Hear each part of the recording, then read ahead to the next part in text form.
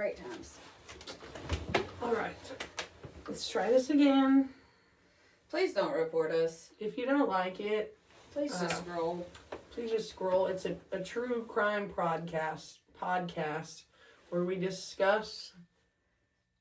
Most of them are murder cases. There are some missing people cases, but most are murder cases. So please, if you don't like it, stop reporting us. Just move on to something else. Thank you.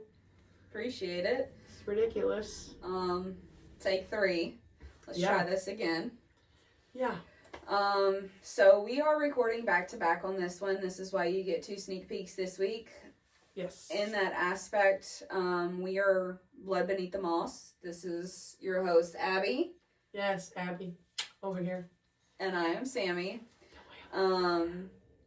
So since we're doing back to back, we're not going to really have our little banter back and forth. We're just going to go ahead and jump into this week's case. So this week we're going to be talking about a small town case in Bryant, Arkansas. This is famously known as the Boys on the Track.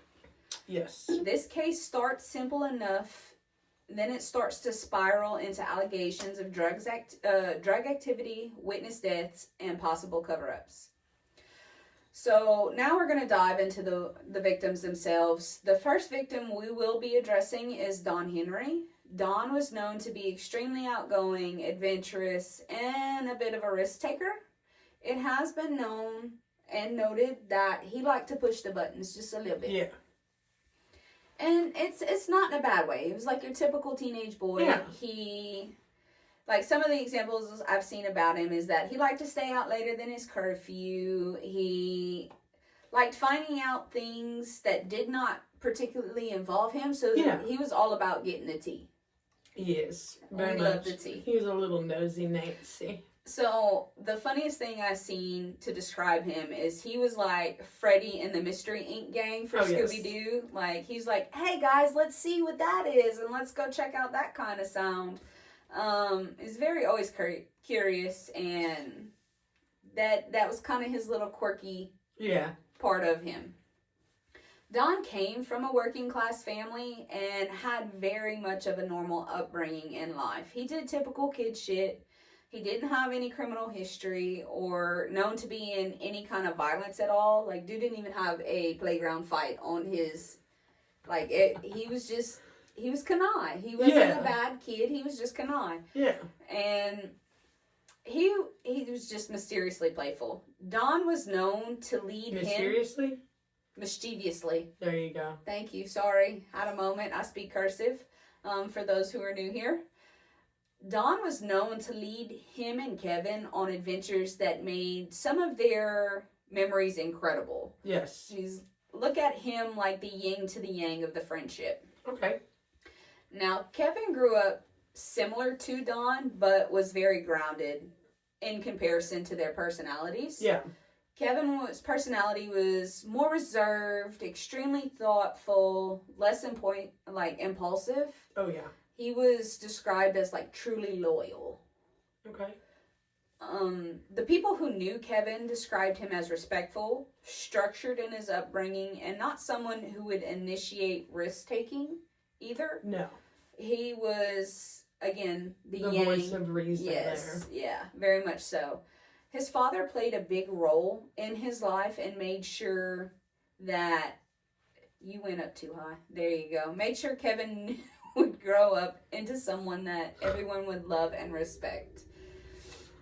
The research I did note that Kevin and Don's friendship was one that would last the ages. They were best buds, so knowing that Kevin and Don would do anything for each other and they made the balanced pair, the friendship, they were described as the friendship that people wish they would have nowadays. Someone who would be right there, the ride or die. Yes. It was ride or die before it was cool. Facts. So now let's dig into this case just a little bit now that you have a backdrop of who these guys were. On August 23rd of 1987, 2 best friends, Don Henry, 16, and Kevin Ives, 17, decided to tell their folks that they were going to hang out a bit before it got too late in the evening. From the research that I did, it is noted that Don initiated this hangout. And sadly to say, this is the last time they would ever be known alive. They would never return home. Late that fateful night, the families would end up finding out that both of the boys were run over by a freight train, and what remains were left were found all over the tracks. According to records and reports, the initial ruling of their death was an accident. The conductor of the train said he tried to stop in enough time before he hit the boys, but something was off as he was coming up to them. He said that the boys were not moving at all. So when you think about trains and train tracks, yeah, they shake. they move vibrate, everything. Everything. Like, Yeah. there's no denying. Like, if you were close, you would feel it in your soul. I grew up right next to one and shook the whole house. Like, you didn't hear it coming first. You felt it coming before you heard that train whistle. And that's where this is a little bit more sinister as far as it goes. So, like we said, everything shakes and vibrates. Yep. The boys didn't. That's weird. According to the conductor, he said that they were positioned in unnatural ways. The authorities sent the remains off to the coroner's office to have a toxicology report ran. The report read that the boys had weed in their system, but not enough to incapacitate them. It was like, from what I had seen and what was reported, it was like they took a couple of tokes off of a J, and that was pretty much it. Nothing crazy, just typical kid stuff, trying to experiment, especially in the 80s. Well, and the amount, I have a medical card, so I'm going to say this. The amount of marijuana that it takes to incapacitate a person to that extent is a significant amount. It really is. It is. I'll take your word for it. So once the report was out to the families that even though they had marijuana in their systems, the conductor and the public did not believe the accident ruling the authorities were pushing for. They thought it was much darker. Well, it has to be. I don't. They would have felt it coming. That they should have moved some. You know, I don't know. It's weird. Yeah. So everything changes up to this point in this case, and the first story what the officers were going with, you have two boys with different personalities. The likelihood of them doing harm to themselves at the same time is highly unlikely, especially since you have one who's conniving and wanting to be more mischievous. And then you have your voice of reason. Yes. No. Both of the boys aren't just going to lie down on the tracks. Absolutely not. And be like, hey, let's do this together. Not to mention 16 and 17-year-old boys. Like, these boys that age, they think they're invincible, but they're not completely stupid. No, not at all. No. So, the likelihood of doing something to harm them both at the same time is highly unlikely. So this is where we will introduce Larry Ives, Kevin's father. Larry was not accepting the idea that the boys did anything to get themselves killed. He had the intuition that he knew the boys better than that, and that this was cold-blooded murder in his eyes. So he immediately started bucking the original accident ruling in 1987 to the late 1990s. This man literally challenged everything and everyone involved in his son and his son's friend's case. To an extent, don't forget, you said he challenged it, but he never challenged the fact that they partook in their... Yes. He did not disagree that the boys were out being canaille. Yeah. He believed that they were capable of that, but he did not believe that they were willing to off themselves in that sense. I just wanted to make sure she put that in there so people weren't like, oh, but they, you know. I get it. No, I appreciate it. Like I said, this man challenged everything and everyone involved in his son and his friend's case. In the first year alone, he called out everything from the medical examiner's finding, pushed for another autopsy report in both boys, and spoke out publicly that the authorities were covering up something darker and they did not want it getting out. Mm-hmm. By the second year of their deaths, with all all of his straight determination and persistence, their case was reopened and ruled a homicide. Into the 1990s, this man pressed for grand jury investigations, pressed for authorities' accountability for failing the boys, and he spoke out of the inconsistency in local authorities not doing their job properly and how they were covering up for something more sinister. Absolutely. So this man was being a dad. Absolutely. This man was like, I know my son's capable of being a shithead, but I'm going to be straight up with you. He's not that much of a guy. Exactly. So kudos to this man. Yes. This man is still the reason this case is talked about to this day. Yes. Him showing up and his love and determination for both boys because they were best friends speaks volumes. Absolutely. With all of that being said, Larry led the coroner and the medical examiner to new findings into the autopsy reports of both Kevin and Don. Yes. It was concrete evidence of pre-impacted injuries on both boys. Kevin's autopsy showed that he had a skull fracture and a knife wound to his face, both determined to have happened pre-mortem. Don's autopsy showed that he was in fact incapacitated prior to the impact of the train due to strangulation and fibers of matching his shirt at the time of death in his mouth, and suffered with blunt force trauma to the skull. His was crushed. So, like, these boys were attacked. Oh, yes, absolutely. Way before. Well, and not just that.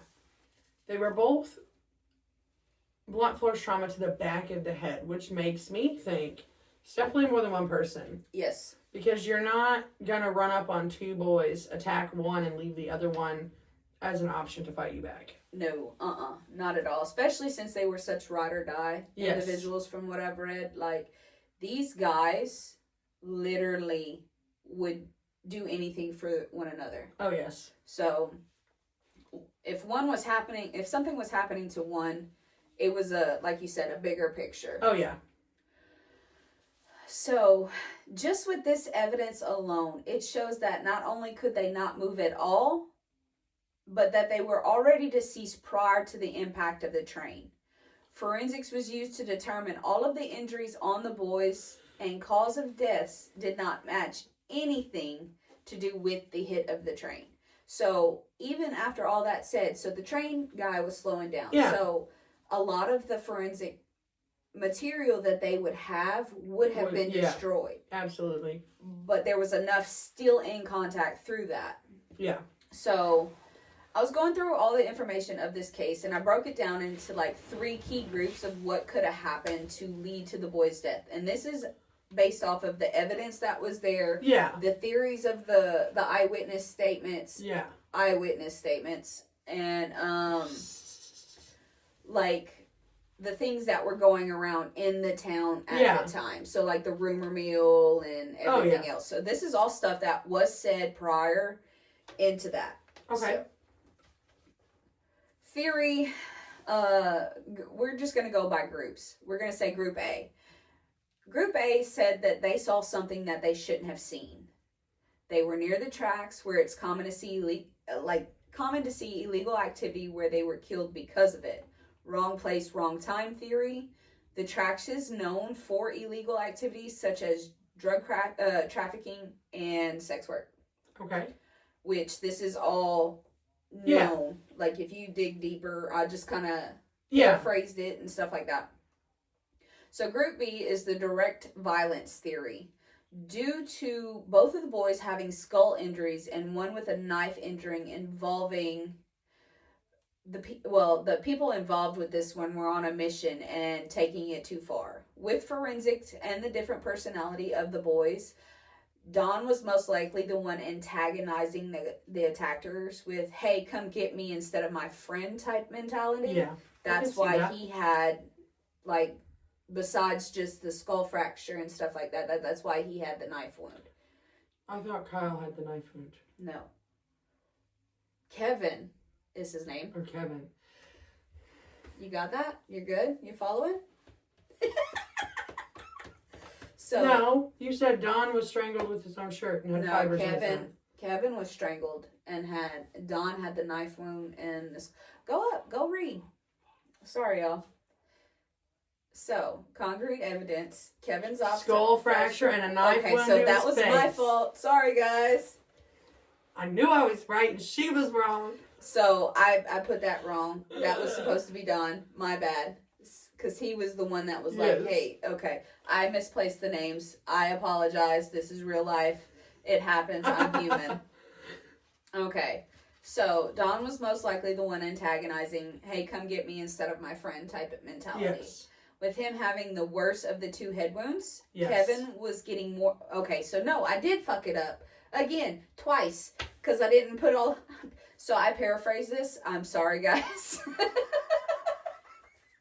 And trying to keep up. I promise I took my medicine today.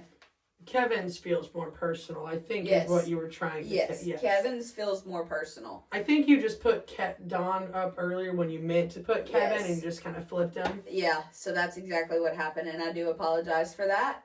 This is real life. We don't cut. We don't. Nope, we don't. We don't edit nothing. It's when we're done, into a converter, up on our platforms. Yeah, pretty much. So, with Kevin getting the more personal with the knife wound after Don was killed in front of him, making him suffer, and the attacker enjoying the downfall of the boys, is what this one was supposed to be. So, sorry I got it all confused, but what could have caused this lead to their deaths, there's no point of directions that you can hit to say, besides, like, again, they were in the wrong place. At the wrong time. At the wrong time. Okay, sorry. I apologize. Now, Group C is the message theory. That the boys were killed and placed on the tracks as a message to keep everyone away so that whatever was going around that area of illegal things would be left alone. So, once they get that hit, and everything gets cleaned up, nobody's going to think about going back out there because it's like a scare tactic. Which to me, if you look at it in that way, you would think someone maybe not of law enforcement per se, but like a vigilante kind of thing. Type thing. I could see that. Because if you're trying to clean the area up, it's to me that wrong kind of cleanup. Well, okay, you know what? I get where you're going with that, but wrong kind of cleanup. I'm gonna fight her. So the cleanup is like after the crime scene's all cleaned up. I'm talking about them trying to clean up the area from people doing bad things. Yes, but this was a message to them to continue to do bad things. Oh. So like get these guys on the track saying, hey, stay the hell away from my territory type ordeal. Oh, well then there's your Group D. Mine. There you go. But that's just... Yeah, this is... Sorry. It's... We don't look at each other's cases ahead of time. This is just raw material. I'm hearing about this case the same way y'all are hearing about this. This was Sammy's case, so I'm just going with it as y'all are. And I love that because then it's a natural banter and it's okay, actual kind of thinking. Absolutely. So... the illegal things would be left alone in this area after everything was like cleaned up and they can go back to doing what they were doing because how many times does lightning strike in one place? Exactly. That's what this one was getting at. Forensics also proved that the bodies were placed there. Like the lack of movement was proven with the lack of defense marks. The tracks were used to destroy the evidence. Yes. As we stated earlier. All these group theories need to be roped into one, in my opinion, because each one slightly connects to the other. It's not just one or the other. I feel like it's more of a concrete of a whole circle instead of just like pieces of the pie. Well, yeah, because if your theory C of, throw the bodies on the tracks, your evidence will disappear type thing, it fits with, what was it, B, where it was, A, saw something they shouldn't have. They saw something they shouldn't have, and people were sending a message to stay the fuck away unless you're supposed to be here type thing. Yeah. So, again, this is how I just feel about it. Yeah. I mean, it makes sense. It does. Like, when questioning these three theories, stated, like, when they started to come together, one name became very prevalent in this when you look at the bigger picture. Okay. And that was Danny Bradley. So let us go on record in stating not all of these stories by witnesses were clean cut. Many have inconsistencies, and some of the witness even recanted their statements due to the contradictions in like time frames and motive. So with that being said, some even claim that individuals who were close to the case died on unusual circumstances or made themselves unavailable for questioning. These are witness statements, so some will have to chalk it up to like the rumor mill kind of thing. The majority of them all think that the boys stumbled upon shit that they shouldn't have. The situation escalated and then they were killed because of it. The offenders needed a quick cover-up, and with the help of some local authorities in evidence destruction and the railroad tracks gave just that. So, like, having somebody on payroll. Say you've got an illegal drug ring running. Oh, yeah. Absolutely. You ain't going through a small town like that without having someone that's going to be like, hey, we're going to be out at this time. This person's going to be patrolling at this time. Let's see if we can get them a couple extra, especially on policeman's salary. Exactly. Trying to make ends meet, that's extra money in their pocket. Allegedly. Throw that out there. Christy gonna yell at us. Allegedly. Just for them to turn the other cheek, and then they go about their business. Yep. And then have to deal with the circumstances at a later time. Yeah. The tracks became a weapon and a cleanup tool, which makes sense with all three theories wrapped into one. Because when you put anything on the tracks, it automatically just becomes to an oblivion. Oh, yes. And it's a mess. So let us move on to the closest thing we have to a suspect, and that's the Danny Bradley fella. He was named several times through witness statements. He was said to be known in the area that the night the boys were killed. Okay. He's known to have drug affiliations and well known in the area for his violent behavior. Ew. Like, dude was a hothead. He had problems. He slung things, and we'll leave it at that. The man was never charged as a suspect, just noted as a person of interest. He wasn't even looked into a whole lot from the research that I obtained, so that fits into the theory of like someone on payroll. Yeah. Someone on payroll. Murder ruled an accident, so the crime scene was not properly reserved. Later looked into, proved that it was murder. Time frame gaps enough to save someone's ass, especially with local witness statements that are recanting and conflicting yourself. So you've got this big scary man coming in who's got money from slinging. And was like, you better take that off or you're going to end up just like them. Allegedly. Exactly. That's where the cover-up theory comes in and all that stuff. So, with the recanted statements and they're all being conflicting, it's a perfect thing for a drug ring gone wrong for a cover-up. The two young boys paid the price of being in the wrong place at the wrong time.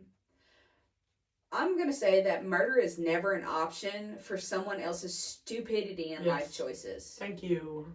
If I had to guess, a couple of police officers, like I said, were on payroll getting a cut of the drugs, so it made allegedly made it easier to never solve this case, even though, like, you have Larry who's fighting it, and he's telling you that there's something here. You're literally choosing to ignore it. The cops themselves are pushing for something that didn't happen, and then when it got proven wrong, they just stopped. Yep. So how is that how is that a thing? Let's be real. And the likelihood of this being solved is slim to none, unless someone who was there that night, who was just like, again, seen something that they shouldn't have, comes forward. Mm-hmm. All of this case is proven to have minimum gross incompetence and at worst intentional suppression. So that's just heartbreaking. Like, they're literally choosing not to do it because of choices that were made in that process. That's ridiculous. And I know this one's kind of like sporadic, and I messed up a few times, and I do apologize for that. But she speaks cursive. I do. It's just hard to wrap your brain around why would you want to take a child's life at that point in time. Yes. Just to cover your own ass over your stupid life decisions, because that's the only greed. To me, I feel like that's what it always comes down to is greed. This man's out here making money, sees these boys, seeing him doing his shit. Obviously, he doesn't want to get caught, or I don't know. I feel like greed played a big part in that. I feel like it does, but then I also feel like since his name was only talked about through the town and not, like, he was never looked into. Yeah, definitely greed on his part, but it would also be them officers that are on his payroll allegedly. I gotta do something with my hands.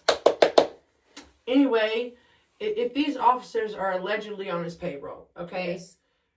It's going to be about greed for them too, as well as saving their own asses. Because they're supposed to protect. Yeah.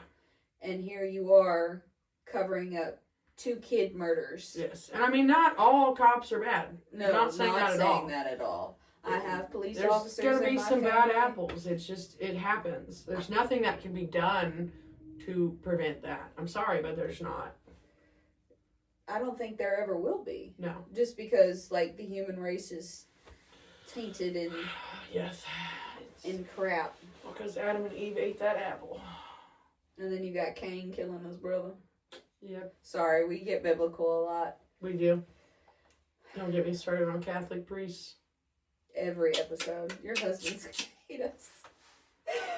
If any of his siblings watch this, they're gonna hate me. One of them is a Catholic priest.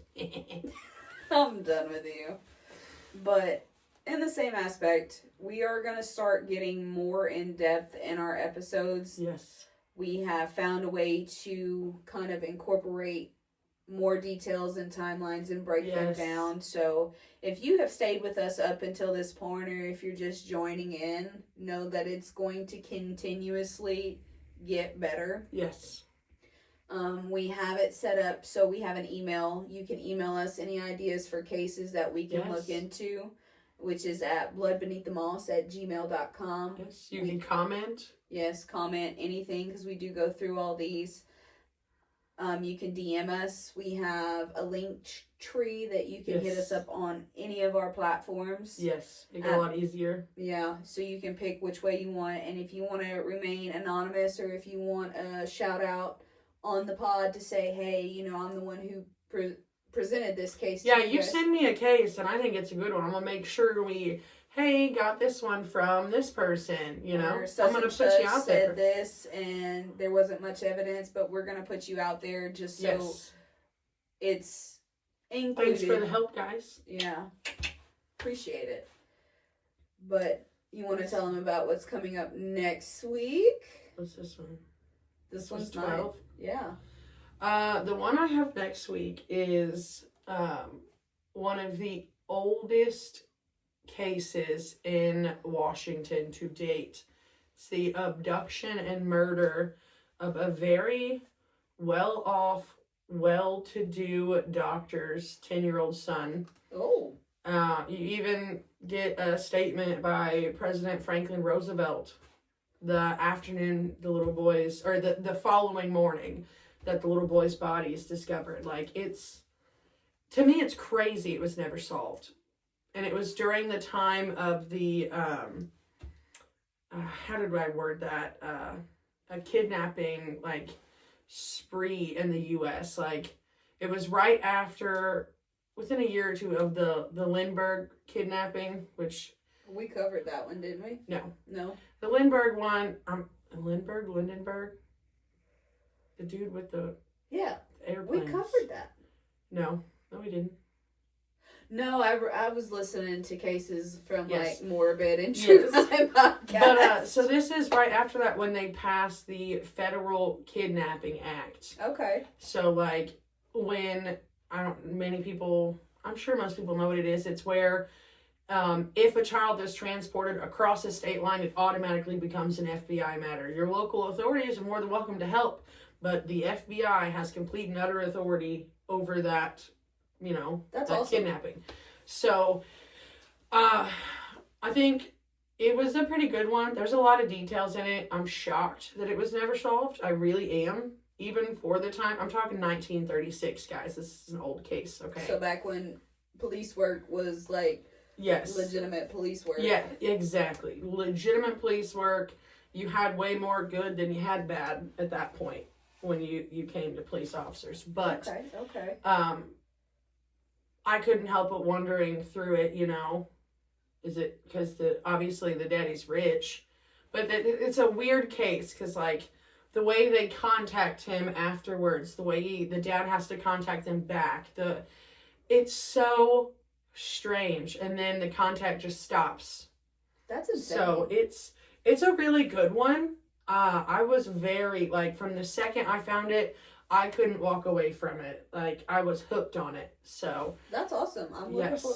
We used to, when we first started this podcast, we used to share each other's cases. We don't do that no more. We don't do that anymore. We want to have like real reactions and real. It comes across more natural than like our first two. I mean, they were good. We went back and forth together. It was great, but we knew everything that was going to be said. Yes. Where now it's like you're getting our more immediate, real, raw reactions to what the other one is saying. And we don't do cuts, we don't do edits, we don't do any like intro music or anything, just because that's not, to us, that's more stereotyped of what your podcasts normally are. We just want to sit and talk to you about this stuff and get it out there. We ain't trying to be fancy. We ain't any fancy heifers over here, so. No, we're basic bitches. Exactly, what she said. Basic bitches.